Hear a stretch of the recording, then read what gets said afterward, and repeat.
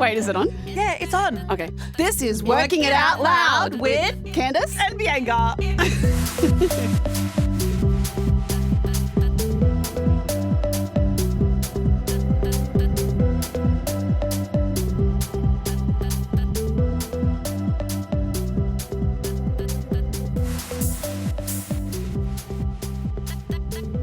Working it out loud. Working It Out Loud. Candace. Oh, hang on. Wait, go again. No, that's good. I'm Candace. I'm Bianca. And we're losers. Get in. Get in. We're going shopping. Candace. Bianca. Welcome. Hi. Episode 1. Woo! It's kind of like episode 2 because we did do a trial. No, that was just a pilot. This is different. It's different. This is so different. We learn a lot. What did you work out this week, Candy? Oh my gosh. Life can be really tricky. Yeah. It's been a few weeks in a row, actually. But yeah, I mean, I think if we're going to be on topic, you and I've been talking about dreams, and how they can evolve. Yes. And change. Mm-hmm. And what I worked out this week in regards to that is that I feel like I'm in the dark night of the soul. And on my little hero's journey, I'm realizing that, maybe the dream that I've always had is kind of evolving. And I've gone through all of the feelings and all the emotions, like denial, grief, fear, and I think I'm at acceptance in this moment, this week. Of the dream evolving. Yeah. I think. Okay. Yeah. And that's okay. Yeah. Well, yeah, I'm also saying that's okay a lot. I'm working with this amazing nervous system therapist. It's called polyvagal therapy. Mm-hmm. She's amazing. Mm-hmm. I'll put her details up. She's so keen for me to talk about her on here. Great. But we'll name? actually bring her on. Tani is her name, and it's called Restore on the Floor. But I think we'll do an episode once we start getting guests on because she's friggin' amazing.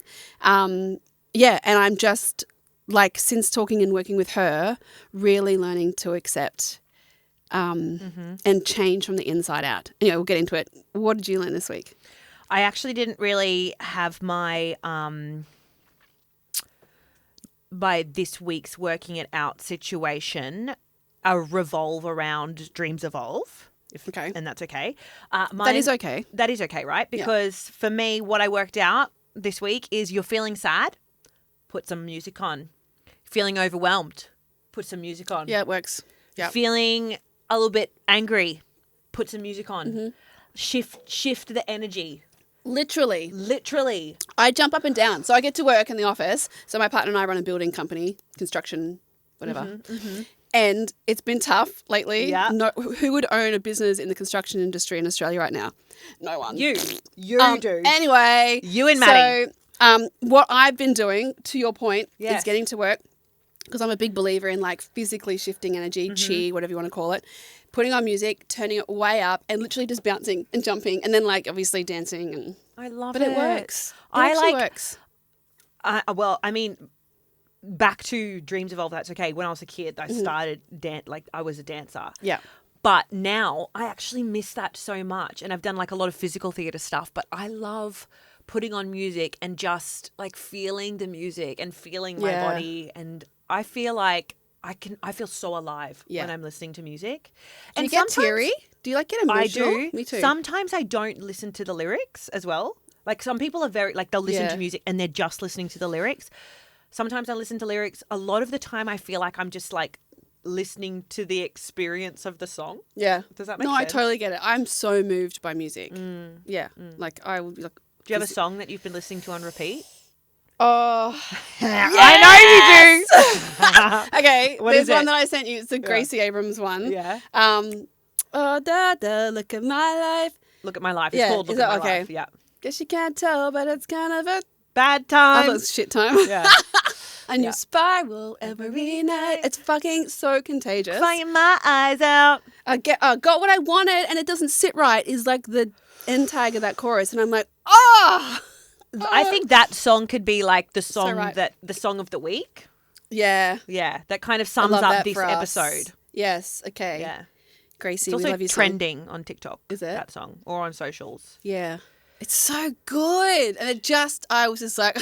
and lyrically, she writes I was doing beautifully. both. Yeah, I was like music and lyrics. I was just like jumping up and down, crying, going, yeah, doesn't sit right. It's so good. So if you need to work some shit out, I think put on a song and literally jump around. Yeah. Maybe we need to start like a dance class that's just putting on music and jumping around. I feel like that exists already. There's probably a type of therapy called... Yeah, but then we would be called a cult. Dance. Yeah, but then we wouldn't have to pay tax. True. Yeah, tax tempting. Is fucked. Okay. So, should we get into it? Let's get into it. Wait, do we need to tell everybody, because this is first ep, who we are briefly, like how we know each other, why we're doing this? Or... Great. Yeah, let's. Is that cool? Just really quick. Okay. Because, you go. Okay, I'll go first. Go. My name's Bianca. I'm 34 years old, and I Why are we saying ages? I don't know. I was like, I was just going like, it's just being stupid. No, probably relevant. Anyway, relevant. Yeah, Bianca, 33, lived in Brisbane. Wait, you just said you were 34. No, I'm 33. I'm definitely 33. Okay. Born in 1993. Born and raised in Brisbane, and have travelled a little bit. I've lived in the States. I've lived in Sydney. I would call myself a multi-hyphenate creative, which is interesting because, I used to kind of class myself as an actor. I don't know why I did that. Yeah, it doesn't matter. Are. I still am an actor, but I am multi-hyphenate. I do a lot of different things. We are currently shooting in the studio that my husband and I own.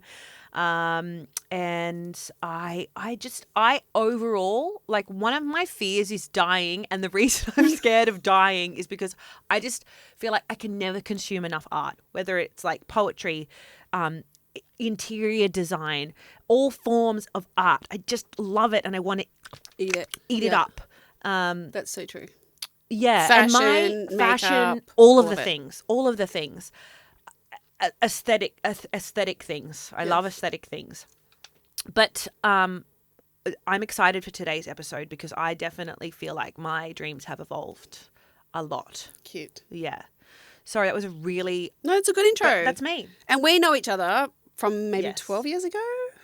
13? Yeah. Before we met Mikey in an acting class, Mm-hmm. And it was before Matt and I got together. Yeah. So, yeah. Cute. We're the original acting class. And we've both been through a lot of different stuff. But obviously we have a common thread. We both are creative beings. I also probably am quite diverse in my creativity. Mm-hmm. And this was kind of just a weird, like, hey, maybe we should do a podcast. Yeah. And the next minute we're doing it. We've made stuff, like, we have been making stuff together for a long time. Yeah, we did a film together. Yeah. Yeah. That was fun. Yeah. / almost thought I was dying of MS because I was getting migraines. God, that's right. That was terrifying. Probably just stress. It was just stress. These days I just get a bit of psoriasis. It's much less severe. But yeah, so and what about you? Who are you? Who am I? I grew up on the Sunshine Coast, just north of Brisbane. I have had a very colourful life, lots of different worlds that I've been in and out of. I'm a creative person, but I'm also a very business-minded person as well. So I do run a business with my partner. It is a construction business. And I've been many things, which I'm sure will find itself out in all of our conversations. But currently I am 46 years of age. I'm going through... 46? Oh my God, stop. You look so young. But I feel like I have lived a lot of lives. And mate, she has. And just wait. I definitely feel like that the dream has evolved often and frequently and massively. Great. So let's start at the beginning. Yeah, let's do that. For you, what was the dream? You want to know? Okay. Do you guys want to know? Because I want to know. Too bad, because we're in control. So I have always wanted to be an actress. Really? Always. Are you serious? Always. So primary school, I was doing musical theatre. I sang a lot. I played drums and trumpet. Yeah. So I played flute, by the way. Oh, that's so feminine. I'm drums and trumpet. Oh, that's hot. It is pretty cool. And I played basketball. So on the side, I also wanted to, be a sports star. I've always wanted to... I've always wanted to be somebody of significance, which I'm now delving into as an adult because I think that's a little bit unhinged. Why have you always wanted to be somebody? Good question. Somebody actually only just asked me that last week, a couple weeks ago. I was on a little film set for a uni film, and I was sitting with one of the young producers. She's so beautiful. She's from Malaysia. Anyway, and she's like, we were talking about being seen. She's something that she saw me do in a performance that we were filming, and she said, I just really saw myself in you. And I thought, that's what I love about acting, right? And being a storyteller is making people feel something, laugh, cry, or just feel known and seen. And so anyway, she said to me, so I said, that's what people I feel like are constantly searching for in this life is connection, belonging, and to be seen and heard. And she said, is that why you became an actor, to be seen? Anyway, I was just like, wow. Holy shit. Yeah. What a beautiful follow-up question to from like a really young person to like how wise. But I was like, I had never ever thought about why. Like, yeah, I have the correct answer for I want to be an actress. I want to be a famous actress and I want to be an entertainer because it's fun. And I love the fact that people could feel something because of what I'm saying, doing, or being. But I never actually thought, but why that? Because there's plenty of ways that you can have that effect on people without being an actress. And I was like, well, fuck. I just wanted to be seen. Yeah, wow. Because why? Yeah. Which I've been working on with my therapist. Because I think as a kid, I may have been overlooked. And that's not to diss my parents. Were you a middle child? A middle child. Yeah, that's what they say, right? Middle child syndrome. Yeah, it's a thing. And I mean, I was one of 4, but my eldest brother was actually killed in an accident when he was 25 and I was 17. So I think like truly then I was middle.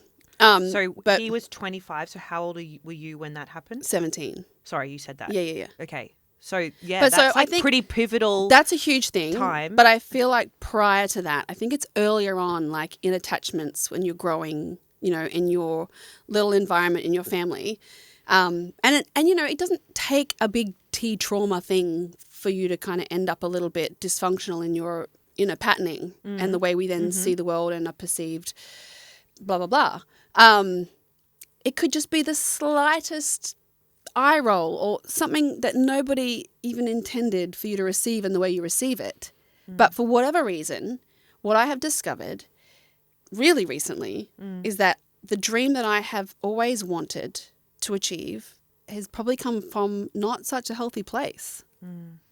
So hence why I'm learning to accept that it's okay if it evolves. Okay. Yes. Okay. Can I ask? Go. Yeah. So obviously we know each other, so I know stuff about your life.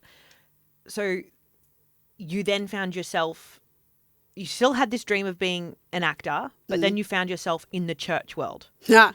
As like a leader in that world. Yes. Where you were probably performing seen. Yes. As like a somebody. Yes. Literally just had this revelation in the last couple of days. Oh, you didn't realize that? No. Oh my God. I was only preparing for this that I was like, there I was again. Oh my God. Front and center. That I was like a preacher girl. Emotional that you didn't even recognize that. So I'm still wanting to be seen. So this dream of like being somebody, and in the church world, it was this destined for greatness. Yeah. And I hung on to that, and I have hung on to that still. And I still think there is an element of that is true for all of us. I think that is source, God, creator, universe, whatever you want to call it. That is that element of whatever that thing is that we are here experiencing itself, right? Oracle card. But like, okay, depending on what you believe, and this is what I've learned to believe, is that we are all a mirror, because essentially we are all fractions of light that have come from the ultimate light source. What do you want to call it? Oh my God, everything is so like, it's like we planned it. And, oh fuck, I lost my train of thought. That happens a lot. We're all fractions of light. Yes. Yes. Mirroring each other. Uh-huh. Oh, it was so good. It'll come back. That's okay. Anyway, But we were at that point where, so enjoy wanting to be an actor, then moving into the fact that, yes, you're in the church world. Yes. You want to be seen. Yes. And then where does your dream go then now? Like where from there? What happens? Right. Yeah. So basically then I left that church world and my marriage, and like my world just imploded and I lost pretty much everyone and everything. I started again at like 33. And did you still have the dream to be an actor? It's always been there. Like even when I was in the church world in my 20s, I mean, I was studying it here and there. I was doing courses, but there was this guilt and shame associated with it because I could never go and kiss another man. I mean, I remember studying. Oh my God. I remember studying in one of my assessments. And I mean, look, that wasn't enforced upon me. But it was almost an unspoken. I mean. And it's so rare that you have to kind of do those roles. But no, get this. Okay, this is hilarious. So I was doing like a final piece, like a graduation piece at where I studied acting. And I was still married to my ex-husband at that stage. And we were pastors and, whatever. And, well, he was a pastor. I was the helpmate. Is that what they call it? Whatever. It's changed now. It's different. Whatever. I shouldn't shit on religion, but I also hate it. So we'll probably do that one day. Anyway, so I've got this piece that I'm doing with like the gayest guy I've ever met. Like super like feminine, queer, beautiful human being. And we're doing this comedic piece. From the play Mud, I think, if anybody recalls. Anyway, and it was so hammed up and big and like funny. Yep. And there's this scene where like I'm sitting on his lap, he's on a chair, and like I'm, sitting, I guess like whatever, on his lap. Straddling, that's the word, yeah. And we, anyway, and we start making out. And it's like, it's so big. And like he's the biggest, luscious black lips. And like, anyway. And his boyfriend's in the audience, my ex-husband and like my friend at the time. Also, wait, he was your ex at this point? No, he's still my husband. Oh, but obviously. I thought you just said my ex. Confusing? Oh, your ex-husband now. Yeah. No. Anyway, my husband at the time. Yes. Sitting there. I didn't think anything of it because I'm like, it was so ridiculous. But after that, instead of feeling like this amazing exhilaration for like great performance, people laughed at you and I felt like amazing, and that really matters because, it was like, you never kiss me like that. Bro, no one kisses anyone like that. Like, and also, if they do, I would be concerned. Literally. Also, like, that was a really rough time for him, like, and way more rough for his boyfriend. Which, I don't know, it was just weird. I'm like, he doesn't even like girls. Why would he want to, like, because you're beautiful. Stop it. But yeah, so strange, that whole world. So got out of that, and that was an evolution of a dream because at that point I was destined for greatness. Oh, that's what we were before. Anyway, I was destined for greatness, and here I am having to walk away from this machine that was literally burning us out. Like we were hanging on by a thread, like mentally, emotionally. I mean, I was hearing voices in my head. Like I was like that gaslit, that just burnt out, exhausted. I was in a really bad way. I was probably on the verge of a breakdown. Our marriage was hanging by a thread. So we ended up leaving that church, moving to South Australia. How old were you at this point? 26, I think. You're still so young. 26, 27, yeah. And I was like, oh, I'm free. I can go and keep studying acting, and I did. I kind of went to reinvent myself, which is the beautiful thing about when dreams evolve, there is room for reinvention, which I think is the most incredible thing to experience as a human being. I think that's why we're here. Anyway. Babe, yes, we are. 100%. So I've definitely been doing that my whole life. Yeah. But there was this huge identity crisis that literally we said to one another before we told our parents that we were going to be leaving the church because we were somebody. Which is so what I've been chasing my whole life. This is all the work I'm doing lately with this therapist. It's amazing. It's so good. Anyway, and we said to each other, but who will we be if we leave? We hated it, but we were good at it. It's what we knew. It was so unhealthy.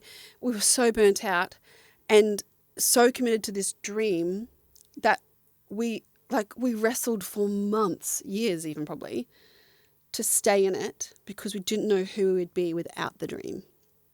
And you would never know if you never let that go. 100%. Yeah. But so that is insane. And how many people probably stay in that loop? That's what I mean, yeah. Afraid. It's like that whole bed of the devil, right? It's why people stay in dysfunctional relationships. I often wonder, I mean, everything is a pattern. Nature, life, our bodies, our habits, our thinking. So the same could be said for, what we set out to do as a little kid. It's just a habit or a pattern that we have never really addressed. So, I totally believe that, especially when you are raised in a family unit that has these morals and beliefs and stuff like that as well. You're going to follow that in a way. Yeah, well, we're conditioned, right? Yes, until you become an adult or until you are able to start making those decisions where you can break free from that and go, actually, I don't need to do this. That's not my dream. Yeah. That was your dream. Yeah. But even like something that like I don't feel like anyone else in my family wanted my dream. And even to like into my 30s, they were like, when are you going to get a real job? I mean, my parents love me and they are so proud of me now because I persevered. But like, so what happens though when the dream has come from you? It's your dream. No one pushed it onto you. Yeah, we're conditioned by like upbringing, life, society. Yeah. What happens when the dream that you always wanted, that no one pushed onto you, hasn't happened or maybe doesn't any longer fit like you thought it might? What do you do then? Have you? You have to. You have you have been to there? evolve. Yeah. Well, let's talk about you. What was your? So you wanted to be a dancer when you were Well, little? no. That was just like your parents put you into different extracurricular activities, and I ended up dancing, and I really loved it, and I was quite good at it because I was like a little stage whore, like. Let's go. 5, 6, 7, 8. She's hasn't changed. So and then like I was good. So obviously I was doing it all of the time and I loved it. But then my parents were like, "Oh, this is really kind of taking over her life. Let's see what else there is because we don't want to, And I was like, "Oh, I really want to get an agent and stuff like that from being little tiny." Oh, really? Yeah, tiny So you were dancer. driving the dream. Yes. Yeah. And then Mum was like, "Okay, well, maybe we should try acting." Oh. So I tried acting and I loved that too. So then I was doing acting and dancing. I'm like, now you're taking me to two different. I'm taking all your money. And then I guess, that dream never died. Like I would go see shows and musicals and I would always just be watching these people in awe. Like one day That'll be me. I want to do that. Yeah. I need to do that. I still do that. Oh, One day that'll be me. Literally. Felt that in my core. And then, obviously, then I got to graduating school. And I do feel like I was kind of not stifled of my dreams, but kind of put in a box. Like, you have to, do this in order to then be able to exist as a human being and live and blah, blah, blah, blah, blah. So when it got to graduating, it's like, okay, so what are you going to do to get you have to get a job. A real job. Yeah. So you should go into education. And oh my God, that's I so did. stifling. I know, I did. I went for 2 weeks and I was watching all of the theatre kids being like, this is not me. Yeah, this is so wrong. And being quite astute and I've always been really independent as well. I guess I was kind of like, Mum and Dad, like I can be a teacher when I'm 60 if I want. I'm going to do the theatre course. Yes. And then I went and moved to the theatre course. It was the best thing ever. And haven't looked back and kind of haven't really stopped with that dream since I was a kid. And then now I'm 33 and the last probably 5 to 6 years, I still love performing so much. Like, honestly, it fills my cup. But I've chosen to live in Brisbane. I've done the thing living in Sydney. I've done the moving to the States. It obviously wasn't for me. I don't think it's the fact that I was not hungry enough for the dream. Way. Like, people say that. No. And for a while there, I was probably like, yeah, maybe I'm not hungry enough because I don't want that. But I don't want that. I don't want to have to live there. I want to be able to live here. I never thought I wanted to be a mum, but now that I'm a mum, I'm like, I love my life how it is now. I love how, I mean, it's hard, but I love where I'm at. And now I've chosen to live in Brisbane and my dream has had to evolve because of the other choices I've made. And in order to evolve, I've had to let go of some of, not the dream, but like what I imagined the back version then. of That it. version Yeah. of it. Yes. Yeah. And I feel like I've been pretty good at accepting that. I think you are doing a beautiful job of that. Yeah. And at the end of the day, I actually wrote something down. I want to read it out because Do it. it was like something that really hit for me. Community matters more than career. Connection matters more than ambition. And home matters more than Hollywood. That's beautiful. Yeah. Yeah. And It's it's true. actually like a little bit hard to say out loud, particularly because I won the green card lottery. Like for people who don't know what that is, it's like literally you win a green card that allows you to live and work in the States without any visas or anything like that. And I saw that as a sign from someone that I was 100%. meant to go. And I did. I went and it was amazing and I learned so much. But I also realized that I didn't have the connection. I didn't have the community. And it didn't feel like home. Yeah. So then what was it offering? Because that's what you got to ask yourself, right? What is it actually underneath the dream? Yeah, what do you actually want? What's the feeling that you're chasing? I don't- When you have success, when you have the dream, the way you perceive it to look, what does that feel like on you? Yeah. What is it that you're actually chasing? So for me, it's like to be seen. Yeah. All right? Because there was a belief underneath that I'm not worth anything, that I'm not enough, that I'm nothing. So the opposite of that is that I'm somebody and that I'm something. So I'm operating from this place of lack and desperation to prove that I'm somebody. And if I go to the top and I'm like Margot Robbie and I make it in Hollywood, then I'm somebody and then I'm worth people's time and I'm worth my own life and my own existence. I mean, it's fucking sad, but that's the reality of what I've discovered. So what's under the dream for me is to actually just be seen. Oh, man. To be seen and to be enough, which is so basic. And so I don't have to chase that, because what I've experienced in more recent times is this unhealthy reinvention of my creativity, right? Where it's like, I know I'm an amazing actress, as are you. We're both really talented. We both work really hard. We've done all the classes. We're trained actors. Like, it's not about the talent. But we keep being told to be multifaceted and reinvent ourselves because what we have to offer isn't valued or valuable. So exhausting. It's exhausting. So then we go and reinvent ourselves. So we write a movie. I become a writer. So now I write films, which is great. It's a new skill that I've learnt, but it's not what I set out to do. And then we make a film, which is great. I love directing, but that's not what I wanted to do. And I'm exhausted. I'm now trying to get these films that I've written that are hilarious. One you've written with me, another one with another colleague who's Cameron Horry. You have billions of dollars. Please. Actually, you don't even need billions. Just a couple of mil. It's so basic. Like, come on over. But like, and I'm so emotional because, and I know that there are other creatives out there that I'm speaking to, and you're dying for somebody just to see you and be like, yeah, I feel the same, because I have been having the meetings with producers. I have been like getting scripts in front of famous people, because you need to do that to get the money to get the thing made, because nobody will look at you if you're nobody. And like that, as a human being, not even just an artist, that's fucking awful.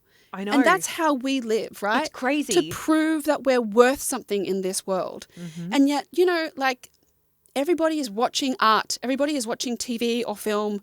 And yet no one understands, unless you're a creative human being, the hustle that you have to drive and push and push and push. And I'm exhausted. I'm so burnt out. But the dream won't go away. So what I'm realizing is I have to just sit in this messy part of me right now, because there's an evolution of something happening. Mm. And I know we're going to make movies. Mm. I know we're going to be acting in them. Mm. Like, I've seen it. Like, it's just, I don't know how we're going to get there. Mm. And that's the bit that I've let go of. Mm. That's the evolution for me, is like, okay, it's obviously not happening in the conventional way. Okay, I think I can be okay with that. Mm. Because what's underneath the dream is to be seen. What does it feel like to be seen? It feels like calm. It feels like confidence. It feels like power.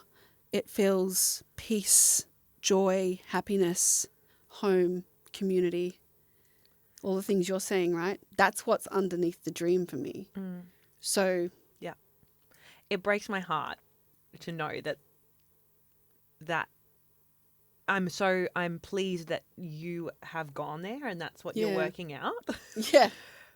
But that breaks my heart. Me too. Because opposite to that for me is like, I guess there's a part of me that wanted to be seen. But the reason my dreams have evolved is because I care so much about the art. I care so much about the process, about the community, about the joy of working in a like on a TV show or on a play. Yeah. And I get upset the fact that like I can't do it all of the time because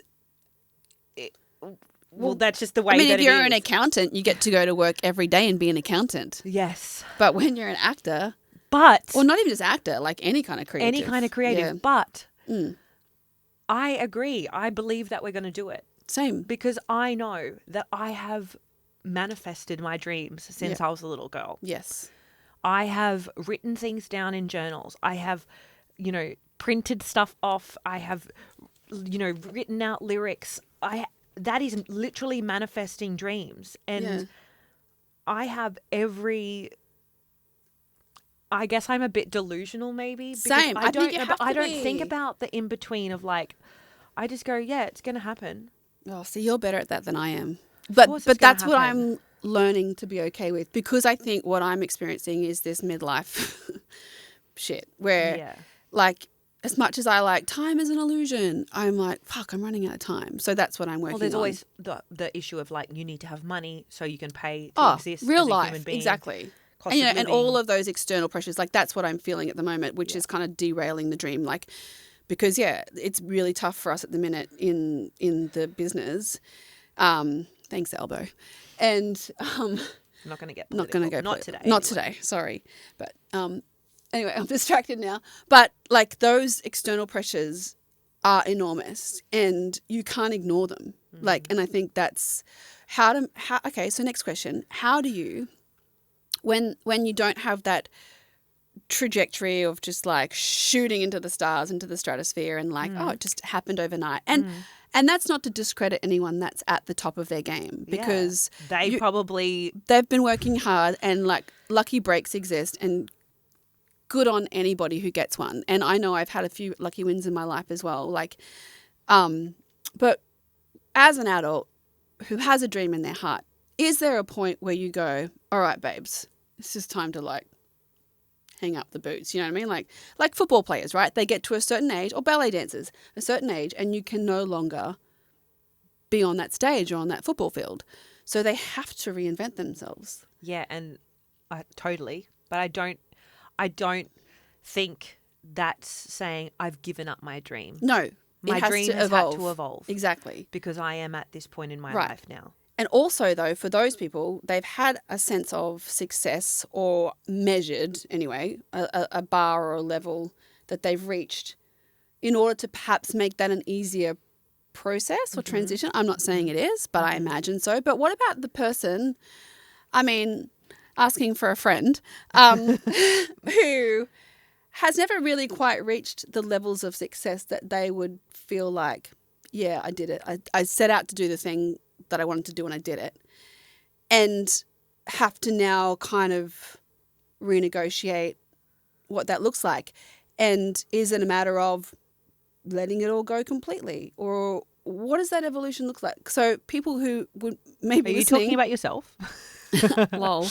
Yeah, okay. Yeah. Help a sister out. Yeah. But also I feel like there's probably people, if you've come this far and you're with us right now, you're probably really resonating with this conversation of like, what do I do? You know, and I mean, not just go see a therapist. Like I'm really grateful that I've read all the books and I've had a lot of like therapy over the years, you know, different types. I'm really finding success. I can't talk more highly of Tani and this polyvagal therapy right now, but I think it's because I have all the knowledge and experience of the other stuff that this is really working for me. It's a really applicable kind of... and you're willing to do the work. True. And you've always been willing to do the work. Yeah. Yeah. I'm so curious. I think that's the key to life. Stay curious. But like, yeah, what does one do, right? Like where you're still passionate about it. You still love the industry, like love movies and being on sets and, you know, you still want to make it happen, but it's like, it's never going to happen in the way that I would hope. So maybe you need to be curious about how it could look if you let that go. Yeah. So be curious about what could happen if I was to let go of that. Where could I go? What doors might open? What might me letting go of that lead to? Yeah. Because if you don't, and this is what I'm finding, is that I'm not giving up my dream of being an actor, but I'm letting go because I want to experience and I'm curious about what else is out there. Totally. Because who knows? That changes your energy, right? And it does. Like, so you go from pining and striving and wanting what you don't have. Being jealous. Yeah. Remember we were talking about jealousy? Yep. And envying others to going, all right, I'm going to accept where I'm at right now. And these are the things that I can love about where I'm at right now. And you start to shift the energy of where you're at. You let go of that try hard energy, that pushing and forcing, right? Yeah. And then you start to operate out of a really healthy place and things come to you. Yes. But it's so interesting because like we always say in this industry, oh, if it's meant for me, it won't pass me by. And I've said a lot of that and at times believed it. I truly believe it now because I'm learning so much about myself, about, you know, the internal world. So part of this work that I'm doing with my Tani, I hate saying my therapist because I feel like everybody says that. With Tani. Yeah. Shout out. Boss oh my bitch. God. She's got like, I hope we're getting paid from Tani for this No. episode. Or I want a free session, babes. Oh, she's so good. You want to pay double. She's amazing. But the true nature, it's like, what is my true nature? So if the false narrative has been that I'm nothing, I'm not enough, the true narrative is discovering what your true nature is, right? Yes. So, and you can go on a whole journey and find out what that is. For me, it's a lioness. Because a lioness waits out in the middle of a field in the savannah. Yeah. She's not chasing anybody. She's just laying in the sun. She's confident and powerful and calm and top of the food chain, right? And things come to her. Tourists come by with a camera and take a photo of her. Or maybe a little mouse runs in front. She's like, yeah, thanks. Like, that's the energy that I want to operate out of because it's in that space that things will come to me. Because I truly believe if that's my true nature and I'm glorious to look at because I'm talented and my energy is infectious and my whatever else, people want to be around it, they'll find you. Yeah. And the lioness is also willing to put themselves out there. Yeah. To take the leap. To take the leap. Totally. I mean, they're hunters. You can't grow if you're not willing to take that leap. Yeah. Unafraid. Yeah. So true. The lioness is unafraid. Yeah. Because they are the top of the food chain. Totally. So I think that's my answer to what do you do if you're kind of like the dream is not appearing the way you know hoped it would. I mean, it's so cliched, but you have to go inward. You have to just be like, all right, well, what's under the dream? And for me, it's that true nature, that power and energy of the lioness for me. And I can hear myself. People are going to think I'm so whack. I don't care. Because that's what's underneath the dream for me. It's this sense of like power and wholeness and confidence that I can do whatever I want, whenever I want, to help the people I want to help, to build the community that I believe in. And it's coming from a place of overflowing and as also opposed truth to as well, because that's true to who you are. Yeah. Yeah. And I feel like sometimes, you know, a lot of people that we meet that maybe have dreams or are going after their dreams, their it's not aligned. Yeah. Yeah. And you feel, this is what we were talking about the other day, right? Of like, you can be perceived a certain way. And so people might look at, us and go, oh, you guys are killing it. And I mean, social media is the biggest lie ever. It is a like, lie. We love and hate it. I mostly hate it. It is fun. It's fun. Like, if you see it that way. Yeah. But it creates a duplicity, I think. 100%. And so, you're being fed this algorithm that's like, hang on, wait, is that really what I believe? Or is that, do I just believe that because that's what I'm being fed all the time? Yeah, exactly. Ugh. But I mean, like the way people perceive you, it's so easy to curate your life on, platforms. And we were talking about this the other day of like, before I had sort of had these recent revelations, I was like, people perceive me to be successful and killing it and working. I haven't worked in like 2 years. Like I haven't auditioned in months for anything. And so there's this place where I was coming from of like feeling like a bit of an imposter because people were seeing one thing and I'm like, I'm coming out from a different place. Well, now you can tell the truth. Coming from a place of desperation. Yeah. And so fascinating. So I think like the dream is definitely there. It evolves, it changes. And I think it starts from figuring out what's underneath it. Why do you want that thing? I love that. Yeah. I think that's a beautiful place to wrap up the conversation. Yeah. Yeah. Wait, so like let's end on a happy, like silly note because actually we're very deep, wise women, but we're mostly stupid a lot of the time. I'm very stupid. Can I just quickly say I'm so sorry if anyone can hear my stomach. I am not like, let's just TMI, but I have had some situations with my gut recently. And like I said that I wasn't going to do sugar or gluten and I didn't do it yesterday and I just had gluten before and now my stomach is like. Blame it on the gluten. Well, yeah, or it could be garlic or it could be onion. I don't know. Garlic makes me really farty and stinky. It's not fair. They're savage. They're really savage. You're so lucky you're not here. So lucky you're not here. Please continue. What were you going to say? What's the most embarrassing time where you've talked about a dream or like had an embarrassing dream? Like, I hate talking about dreams. Oh, okay. As in like one that when you go to sleep and you wake up. Yeah. Oh. Really? No, we don't have to do that. But no, we can. I'm but asking because do you know like when someone comes up, they're like, "Oh my god, I had the craziest dream last night." I'm like, "Cool." Like I mostly don't have dreams, yourself. But I had the weirdest one the other night. Probably why I get pissed off too because I never remember my dreams. Yeah. But if I do, I probably share them. Okay, this is weird and like don't come at me, David Wenham. But because I'd been talking about someone to someone about David Wenham that day. She has a massive fat crush I love him. No, because I'd been to see his show in Sydney. Also, she didn't tell him that she was going. Why? And you know him. Oh, from the coffee shop. Anyway. Yeah, that's a good reason to say, hey, mate, I'm coming to see your show in Sydney. I'd send him an email. Anyway, but the weirdest thing is he was so good. Did you have a sex dream about him? No. Ew. No. Not like that. He was so good in that show. And Iliad. Oh, my God. David, you were phenomenal. I haven't seen you yet. I cried and laughed and you were like amazing. Anyway. I love you.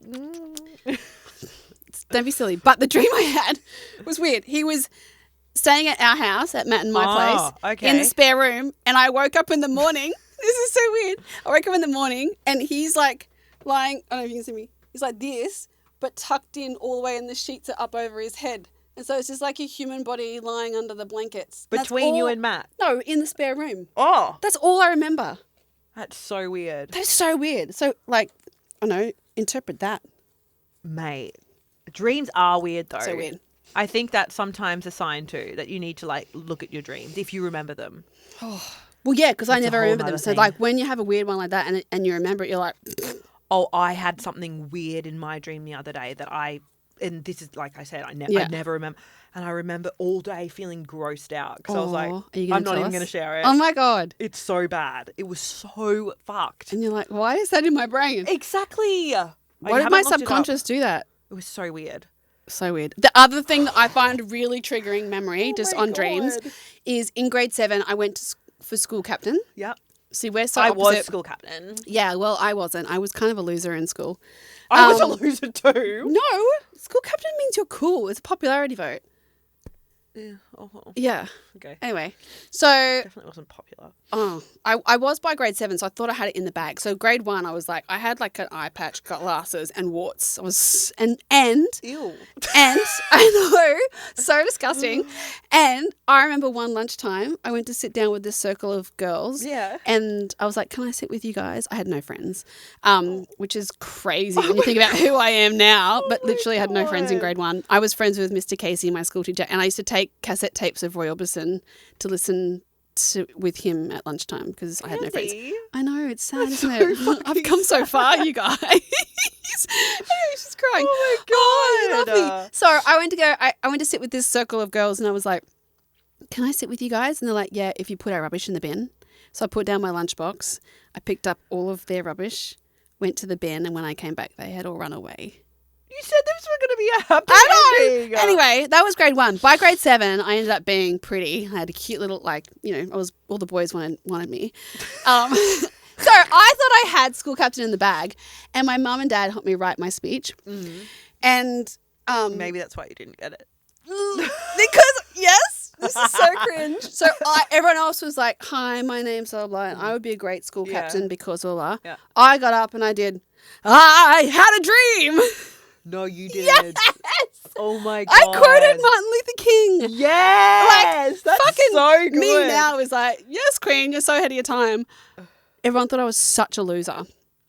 I didn't get school captain. That's so funny. Funny. I love it. Also, I'm really good friends with the girls that rejected me in grade 1. Are they those girls? They're my primary school friends. Ew. Mate, they were so mean to you. Biggest redemption story ever. By grade 7, they were eating out of the palm of my hand, and they still are. So funny. Anyway, I love those guys. Chic or shit? Chic or shit. Okay. A microwave. Oh. Okay. The reason I'm asking this question. So my sister's husband is a chef. Yes. And they don't have a microwave. No, I respect that so deeply.